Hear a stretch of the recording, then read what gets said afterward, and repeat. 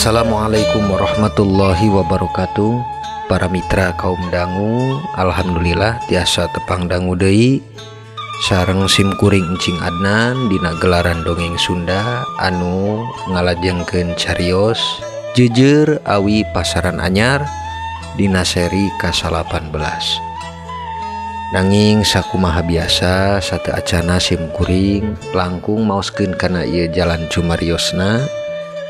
Langkung tipayun simkuring neda dihapunten samundayaning kalepatan sok bilih manawi seueur kakirangan utamina dina undak usuk bahasa boh oge bilih manawi aya kasamian dina nami tempat gelar sareng sajabina nyuhun dihapunten sabab ari ieu mah mangrupi carita fiksi anu direka ku simkuring diproduksi ku Poras Rekor etang-etang kangge hiburan urang sarerea.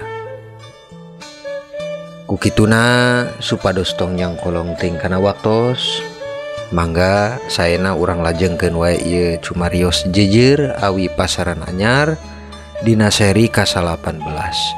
Wilujeng ngadangukeun. Yu ah.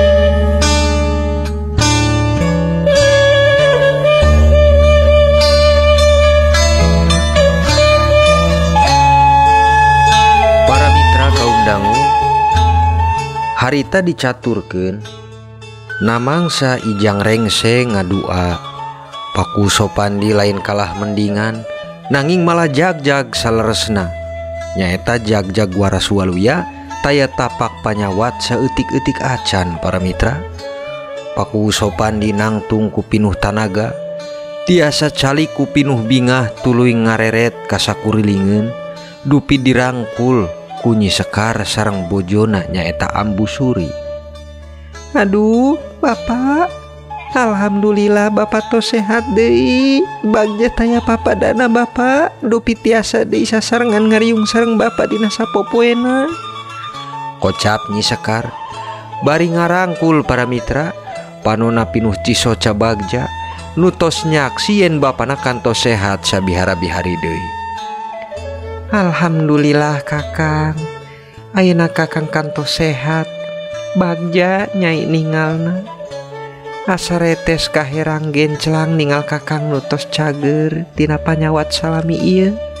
Saur Ambu Suri bageana oge dikedalkeun bari ngarangkul ka Paku Sopandi salaku salakina. Para mitra nyaharita Paku Sopandi ngucap, duh nyai oge anak bapa geningan karaos ku bapa ayeuna teh asa teu aya pisan rasa nyeri malihan ngaraos jag-jag waringkas langkung ti satadina. Dupina hal ieu bapa ngedalkeun nuhun sareng muji syukur ka Allah anu kantos nyageurkeun ngalangkungan syariat doa ti Cep Ijang. Sadayana oge kasaksen ku bapa perkawis pamenta syarat Cep Ijang tadi. Sanos bapa teu tiasa ngajawab nanging pangdangu bapa masih tiasa ngadangu. Kukituna sabab nyai parantos janji sareng nyata syarat nu diajukeun ku Cep Ijang teh. Isuk pageto wayahna bakal diayakeun hajatan nikahan anjeun duaan di ieu bumi. Paku Sopandi nyarios jelas dina hal ieu para mitra. Yen istuning isuk pageto bakal diayakeun hajatan nikah antawis Ijang sareng Nyi Sekar Wangi sabab syarat nu diajukeun Ijang janten disanggupan ku Nyi Sekar salaku anak tunggal Paku Sopandi. Hatur nuhun bapak, salaresna dina hal ieu bujeng perkawis nikah mah dijadikeun syarat sanaos entena oge disyaratkeun mangga. Da jujur salaresna Sekar oge nyimpen rasa manah Kakang Ijang tina sakawitna panggih di Masigit Alatan Sajadah Ragrag. Kocap Nyi Sekar para mitra mertelakeun eusi hatena sabab salaresna Nyi Sekar oge nyimpen cinta ka Ijang. Kabengbat dina basa tepang harita di Masigit Alatan Sajadahna anu ragrag. Itu gerik salaresna mah nu gelis teh cinta dina hatena.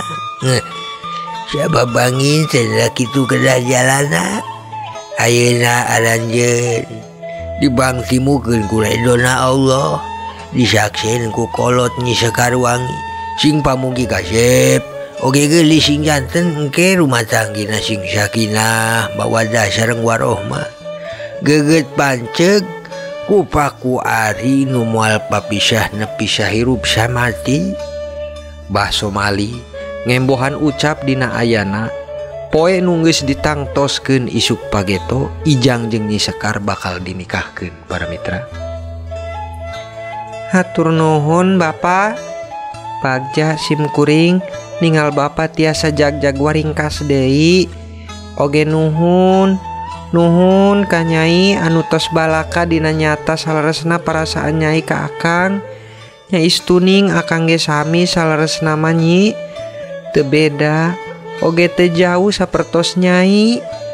Kocap Ijang nu geus wantun oge balaka sabab Istuning duanana dina hal ieu teu aya perkawis silih kapaksa. Duanana Istuning boga cinta nu samimi cinta para mitra.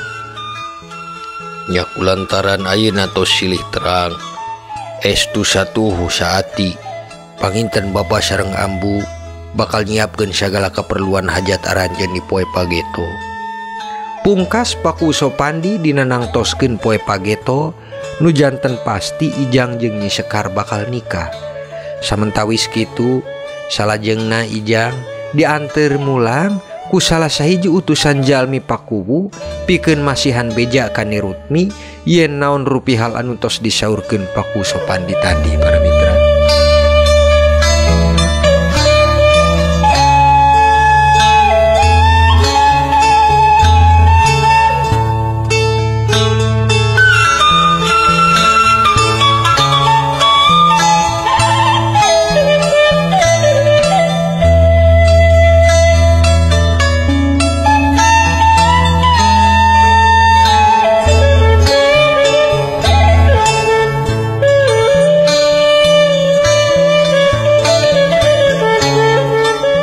Mitra kaum dangu, singkatna dina ieu cariyos waktos kantun sapoe deui Ijang jeung Nyi Sekar nikah malihan tos loba jalmi oge nyaeta para tatanggi Nyi Rutmi anu babantos yen jabur jeung sajabina kangge salametan bade ngangkatkeun Ijang dina poe isuk.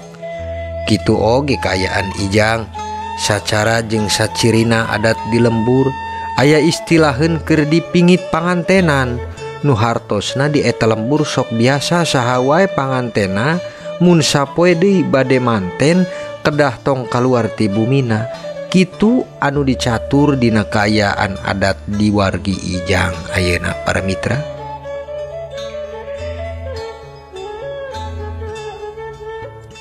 Di lain carita kaleresan si Jaka nuju di baturan ku si Barda nyaeta salaku baturna keneh nanging ti tatangga lembur anu disebat lembur powotan para mitra. Nya ari Barda budakna hideung tara berseka lakuna ge seneng judi jeung teu puguh adat. Duanana harita kaleresan nuju di kebona Kimas Duki nu teu sanes nuju ngiuh ti karamean lembur sabab kabar teh geus santer katampi ku si Jaka bahwasana Ijang teh isukan bade nikahan jeung Nyi Sekar Wangi salaku awewe anu oge dipicintana. Teu sangka si kehed Ijang dicukangan ku uing nepi ayeuna Robi nasib tapi malah nusuk ti tukang ka uing teh bar. Keheul uing ngadanguna isukan eta budak dek nikahan. Kocap Jaka para mitra. Rasa panas ngegedur dina hatena.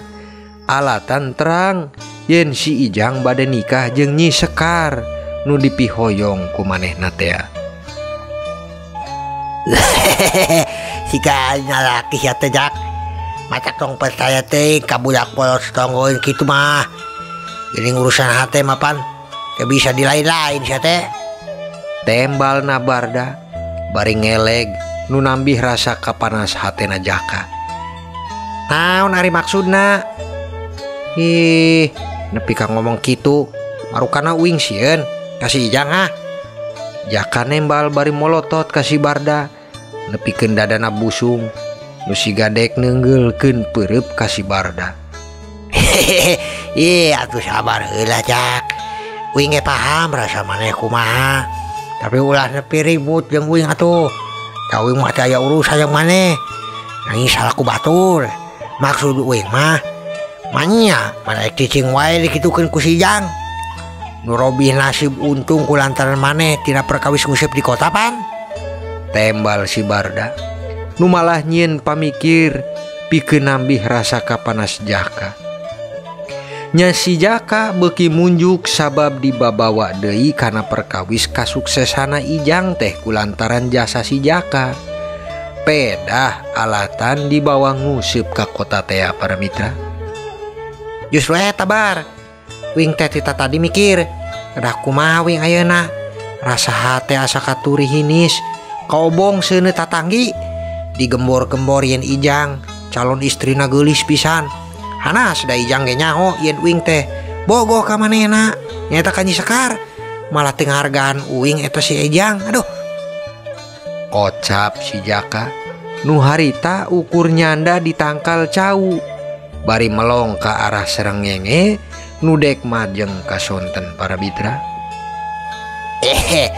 Atuh rek cicing wae sia teh. Paehan atuh jelema kitu mah. Tuh mah sia teh.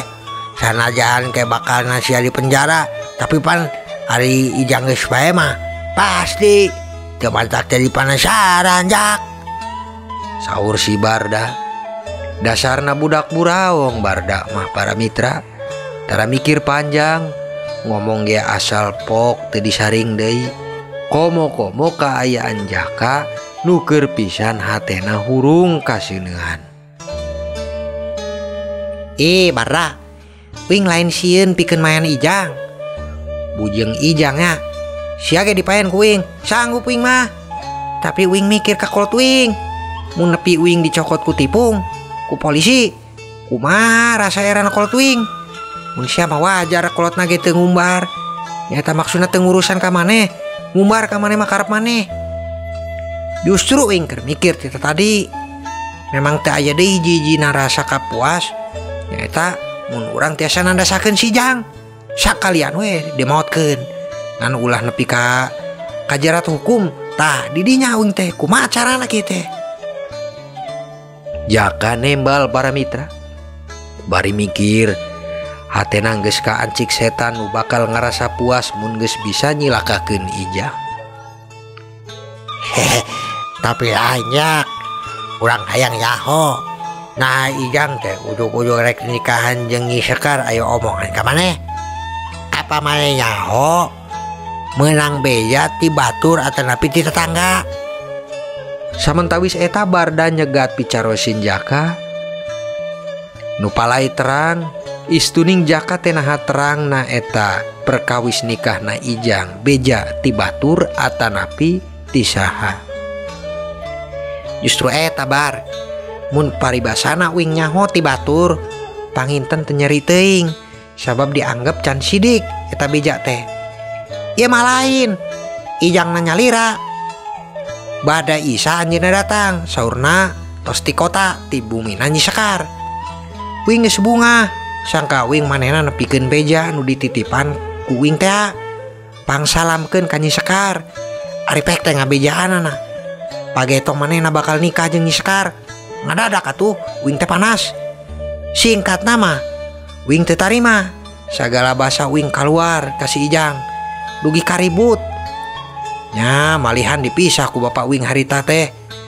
Cek uing sia teh ngotak jeung anggap kehadean uing atuh nepi tega ngahianat rasa babaturan ti leuletik dugi ka gede teu disangka tegana ngaluwihan cara garong.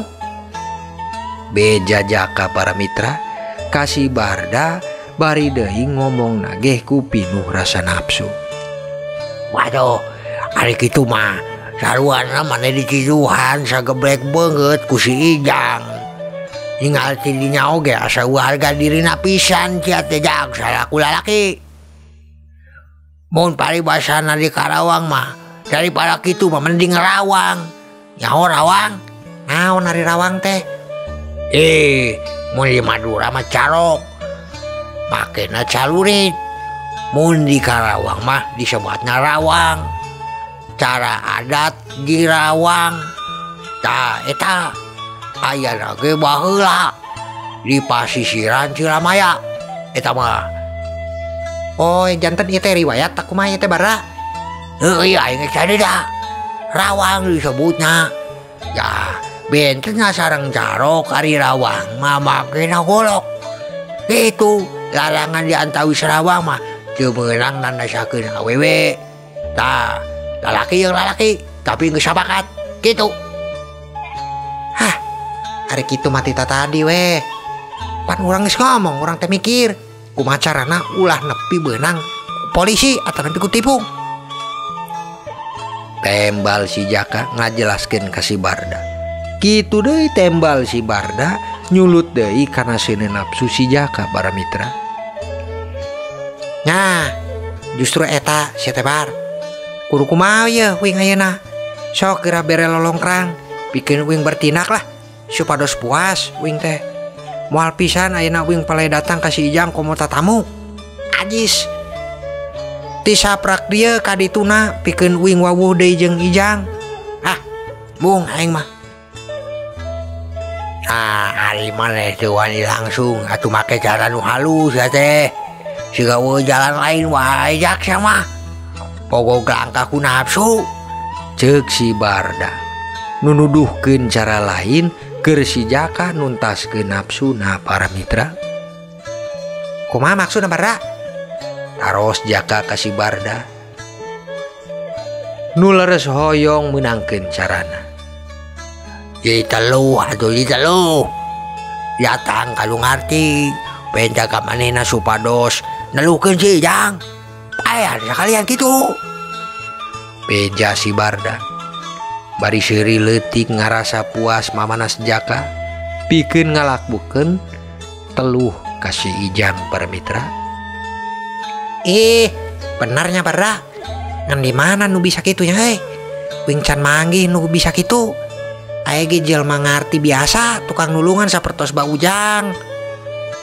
Kocap Jaka para mitra bari tumaros di mana ayana dukun nu bisa neluh. Hatena luas keur neluh Ijang sabab kiwari geus lapang nyeri teu kapalang. Badar maneh teh terang jam. Taros Barda ka Jaka nu istuning siga nu bakal nuduhkeun di mana ayana dukun nu bisa neluh. Bener Barda. Wing teh nyaho. Mau nyaho mah moal tatanya ka sia tuh. Gampang Jak. Mun bener maneh dek datang ka tukang kitu mah, ayo wing rek anterkeun. Ngarada jauh ti dieu Jak. Di gulung ayana kantun siap we maneh mayarkeun jasana. Beja Barda bari ngarep Jaka kersa ngilu ka cara manehna. Sabab Beja jeung Beja memang si Barda teh calona jelema-jelema nu keur kenging ka nyeri. Sok nuduhkeun jalan ku cara salah. Satu kangen eta ngarah meunang bagian salaku nu nyimpen rahasia ti jalma nu sapertos Jaka. Barda, bujang di gunung nu masih kataekan ieu nya. Sanajan di lautan ge kuing ojayan asal dumuk nafsu uing tuntas. Bersih tina perkara hukum bui. Ceuk si Jaka bari hatena luas palai pisan bisa ngajugjug ka dukun nu bisa neluh para mitra. Jageus Jak, hari kitu bener geus boleh tekad balik mah. Uing bakal nganterkeun ngan tapi uing minta jatah sabab uing nu bakal nyimpen rahasia maneh tina kasus ieu. Barda ngawaler bari negeskeun pamentana sabab geus pasti sahawe jalmina nu sami dina posisi Jaka si Barda bakal minta jatahanana para mitra. Tong hari uang Barda sia dibere ku uing 5 juta. Cukup teu cukup sakitu teu bisa ditawar-tawar deui. Perkawis bayar jeung sagala rupina urang jeung dukun teluna keun we uing nu nanggung sadayana. Beja Jaka nu geus wantu nangtoskeun kaputusan dina masalah ongkos jeung bagian si Barda. Weh, cocok. Uing nampi jeung moal nawarkan tangtosan maneh tah. Janten dek ira ajak urang teh angka ja. Taro si Barda ka Jaka nu geus hayang geura prak lumampah dina ngeunaan eluh ka Ijang. Ah kewe isukan pan manehna pangantenan urang angkat ti isuk we sakantenan uing nyiapkeun bekal heula keun we sakali dina acara manehna tong diganggu heula meh teu curiga gampil ke muntos pangantenan mah tidinya urang teluh sakantenan uing dek menta supados dipeletkeun eta Nyi Sekar teh pikeun bogoh ka dewek. Kocap Jaka bari harita nangtung bari ngajak mulang kasih Barda sabab buayah kiwari geus anjog mojok ka burik para mitra. Sok lah kumaha maneh perkawis telu jeung pelet pangambil jak asal kuat majarna oge paten. Ayo urang balik heula supados isuk bisa angkat enjing-enjing. Waler Barda bari sasarengan lempang mulang ke arah masing-masing para mitra.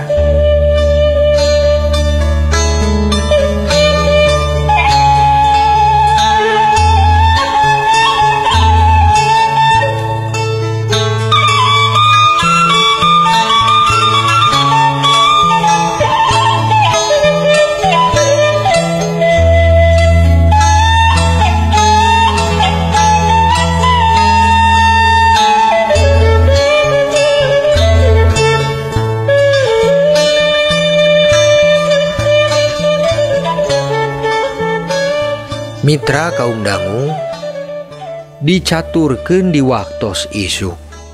Wargi lembu rame-rame ngajajab pangantenan Ijang sareng Nyi Sekar di kota. Sadaya akses kendaraan memang tos disayogikeun ku Paku Sopandi. Dugi harita kantos katingal Ijang sareng Nyi Sekar oge rerendengan dina kursi babahan panganten nu alus. Duanana katingal bagja taya padana nu nandakeun sagalana parantos rengse ngalaksanakeun ijab jeung kobul nu ngesahkeun nikah maranehanana. Sapalihna tibeh kaler wargi juljol asup kahajatan harita. Jalma teu kira-kira nu daratang saking kubeungharna eta Paku Sopandi masih leuwih keneh pikeun ngajamu tamu-tamu nu daratang. Dugi ka waktosna ieu carita urang enggalkeun nu dicarioskeun mangsa peutingna Ijang sareng Nyi Sekar parantos sareng kulem di kamar. Duanana endah bagja taya hahalang dina ngawitan milang jala kuma bagja sakum umumna panganten anyar para mitra.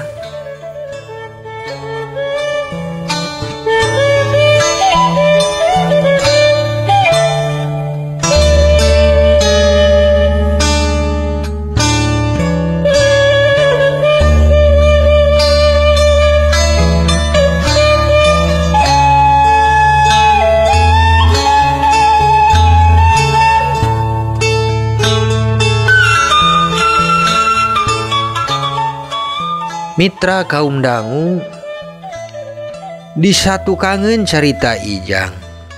Ayeuna urang nilik kasih Barda jeung Jaka anu nuju ka Gunung Pirih, di mana maranehanana bade nuju ka tempat dukun teluh nu teu sanes nyaeta bade ka tempatna Ki Kutuja anu cicing di sisi Gunung Pirih mangrupi jelema ahli neluh jeung sajabina para mitra.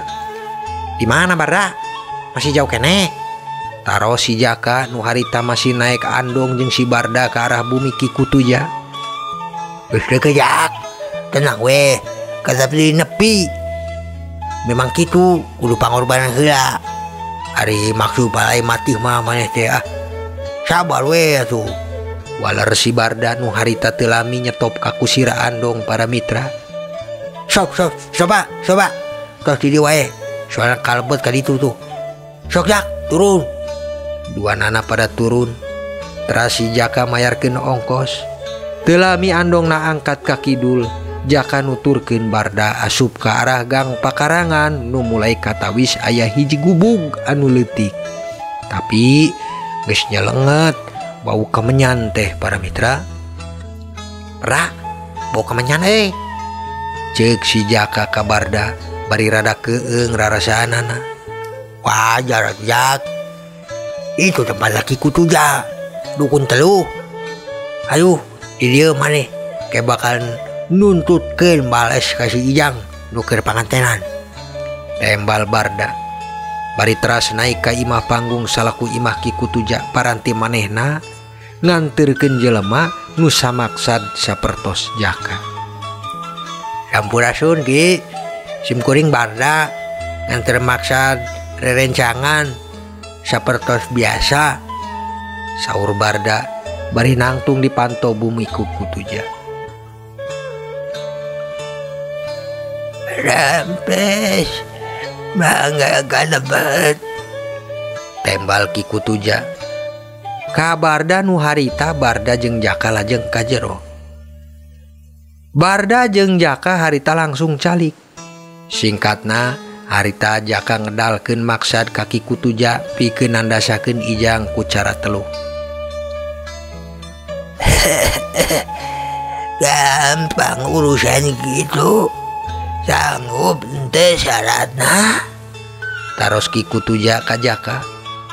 Nu harita janten dagdigdug jantung si Jaka. Sabab Ki Kutuja jalmina serem. Saraos aki-aki ngomongna pinu misteri. Pika hariwangeun mun saha we jalmina urusan jeung manehna. Kumaha syaratna Ki? Taros Jaka ka Ki Kutuja bari diperhatoskeun ku si Barda. Sagala dosana ditanggung ku maneh. Sagala denda dina gawe oge ditanggung ku maneh. Ieu teluh pantang keur mulang mun geus dikirimkeun. Janten mula jalan naon dirangkena maneh nu bakal nanggungna. Beja Ki Kutuja ka Jaka. Harita Barda ngabejakeun ka Jaka. Jak, janten ieu pagawean dina sagala rupina ditanggung ku maneh. Uing teu milu-milu sabab uingan saukur nganter. Barda tegas ngucapkeun ka Jaka yen istuning bilih ka hareupna aya nanaon dirina teu pipilueun para mitra. Barda, kinten-kintena bakal aman moal ieu teh. Taros Jaka bari ririsi ka Barda sabab dirina oge ngarasa sieun dina saparantosna kenging panegesan syarat ti Ki Kutuja. Uing geus biasa nganterkeun jalma ka dieu, sadayana aman. Bari hasil Jak. Tembal Barda ka Ijang. Nu harita langsung digentak ku Ki Kutuja. Barane ngaragukeun ka bisa dewek. Abah hayang ngasaan teluh ti dewek ha? Ki Kutuja bari molotot ngagentak ka Jaka jeung si Barda. Sanes Ki, sanes. Punten, ya abdi nuju nyarios pikeun kumaha salajengna. Walar Jaka bari ratug jantungna. Ngomongna haheho sapertos jelma nu geus lumpat. Ya kumaha jadi moal maraneh deh. Mun teu jadi mending indit aja kene ditu. Teges Ki Kutuja ka Jaka jeung Barda nu kantun mutuskeun kaputusanana. Jadi Ki, jadi simkuring siap nanggung sagala dosa jeung dendana. Teras sabaraha pikeun kuring mayar jasana Ki? Jaka nembal jeung nyanggupan kana syarat jeung sajabina anu dibejakeun ku Ki Kutuja. Halus bae ke rumah sok bayarkeun ayeuna keneh 15 jutaan. Antosan di imah isukan beuting bakal digawean ku aki. Tinggalkeun foto jeung ngaran jalmi oge bintina nyaeta ngaran indungna panterangan keur neluh ngabinkeun ka bapana. Beja Ki Kutuja bari nyuhunkeun bayaran ka Jaka. Kitu oge Jaka enggal ngaluarkeun duit jeung masihan foto Ijang nu meunang ngagunting oge nuliskeun sagala ngaranna sakumaha anu dipenta ku Ki Kutuja. Pami kitu sim kuring kali rencang pamit mulang heulaki diantos damelanana isukan peuting. Kocap Jaka bari pamit mulang ka Ki Kutuja. Bral lu bapa pula. Salami jalma nu bakal ditelujan maut obat panterangan pikeun maneh sare salian diubiin. Meunang make samak jeung kasur. Asal jarakna antawis awak jeung ubin sedong aleuwihan sajengkal jariji jentik jeung jempol ti taneuh. Sakitu beubeujeuh ti aki jeung balik kitu. Pungkas Ki Kutuja nu ngahiran kana tatamuna Jaka di gubug anjeunna. Memang geus kasohor ka mana-mana para mitra ieu Ki Kutuja ku elmu teluhna. Geus lain hiji dua deui jelema nu diteluh ku manehna mangrupi dukun teluh nu matih kitu dicarioskeunana. Neng nong ieu para mitra caritana kapegat Neng Nong. Insyaallah dilajeng dina seri ke-20. Kukituna sim kuring salaku tukang ngadongeng nyuhun diapunten karena samudayaning kalepatan. Sapu nyere pegat simpai paturai patepang deui. Wassalamualaikum warahmatullahi wabarakatuh.